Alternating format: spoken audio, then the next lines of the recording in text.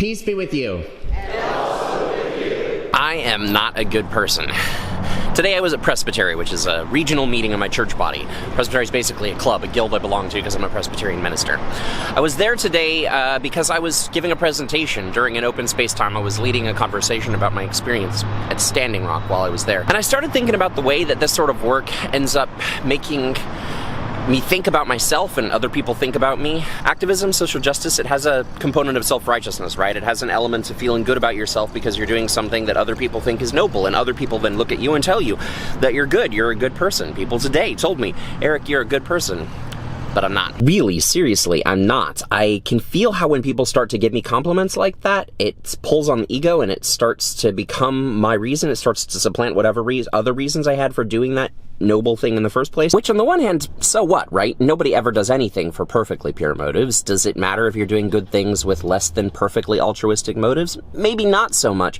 But when I start to interrogate my motive, what I recognize is that it's incredibly complicated and mysterious to me. Like, I can't see the sources of my own decisions and actions. And increasingly, neuroscience is telling us that none of us actually know why we're doing things. This is a very unwise decision that is happening right here, right now. Nothing about this is good.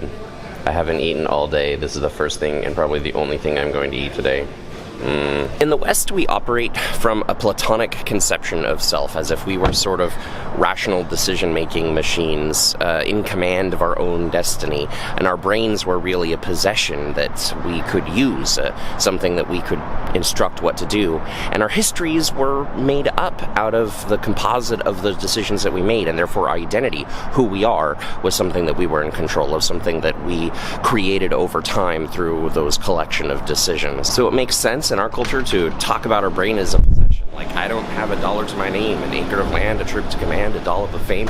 All I've got is my honor, a tolerance for pain, a couple of college credits, and my top-notch brain. It's really better to think of your brain as being two systems in an asymmetric relationship. My favorite metaphor for this is a mahout riding on an elephant. The mahout tends to think that she is in control because she periodically gives orders and the elephant listens to them. But if you really consider the relationship between them, the elephant is vastly more powerful than the mahout.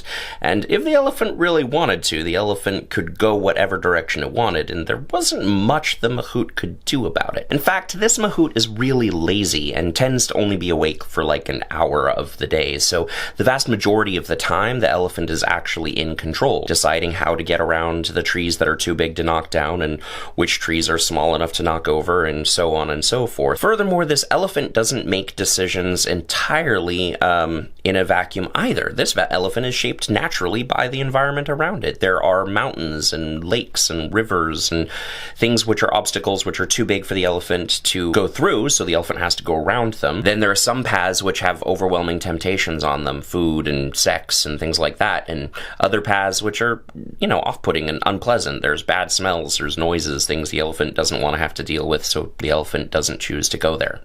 Sometimes the elephant might come up against an obstacle which is confusing, or which there seem to be multiple valid choices and the elephant doesn't know what to do, so the elephant wakes the mahout up, and the mahout makes a decision, and the elephant goes that way. So the mahout and the elephant work in partnership like this. It's not that the elephant literally controls everything, but the elephant does most of the work. The mahout, though, invariably takes credit for the journeys and acts as though that was always the way they intended to go, as if they had been directing the elephant at every step of the way. In other words, it's not so much that you possess a brain as that you are possessed by one. Look, I'm not saying there's no such thing as human will, I'm just saying that it's incredibly conditioned, it's bounded, limited, contingent. It's not what we would consider free at all. I mean, I couldn't even stop myself from eating at Burger King. I knew that eating that food was gonna make me feel terrible, especially after a day of other terrible choices, not eating any breakfast or lunch, and still, I did it. And given that I can't really be said to will the good, how can I really be said to be good? This is the place where an ethicist might move from intention to consequences and start talk about knowing the good by the outcomes, by the results of our actions, or as Jesus would say, you shall know them by their fruits. Which for the most part, I'm totally on board with, but if we go back for a moment to that metaphor of the mahout and the mahout can see a little farther than the elephant by virtue of vantage point, and so the mahout might be able to predict the consequences of the choices that the pair are making a little bit better than the elephant sometimes. But the problem is that mahout, as I said, was only awake for like an hour of the day. At the end of the day, the good and the bad that elephant and mahout do together, the Mahout didn't really have that much control over and couldn't predict that far in advance. None of us really know for certain what the consequences of our actions are going to be, not in the immediate and certainly not in the long term. Look, I don't know, I'm not going to solve the problem of free will and morality in a YouTube video, but I know that it's way more complicated than just calling certain people good and certain people bad, or even certain actions good and certain actions bad. I know that when Jesus himself was called good, he said, "Why do you call me good? I'm not good. Only God is good."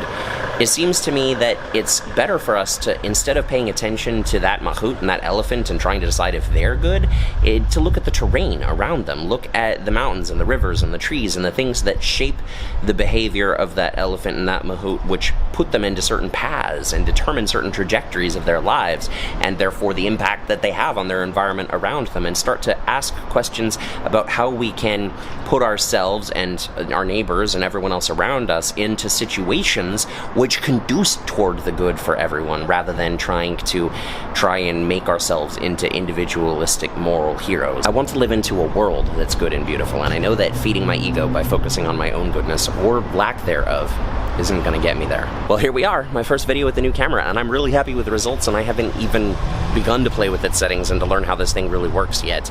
I got this camera through the support of my patrons on Patreon. I'm really grateful to everyone who's contributing for my work, and if you want to be one of them, then you should click that link, head on through, and help me make more of these videos. Thank you very much, everybody.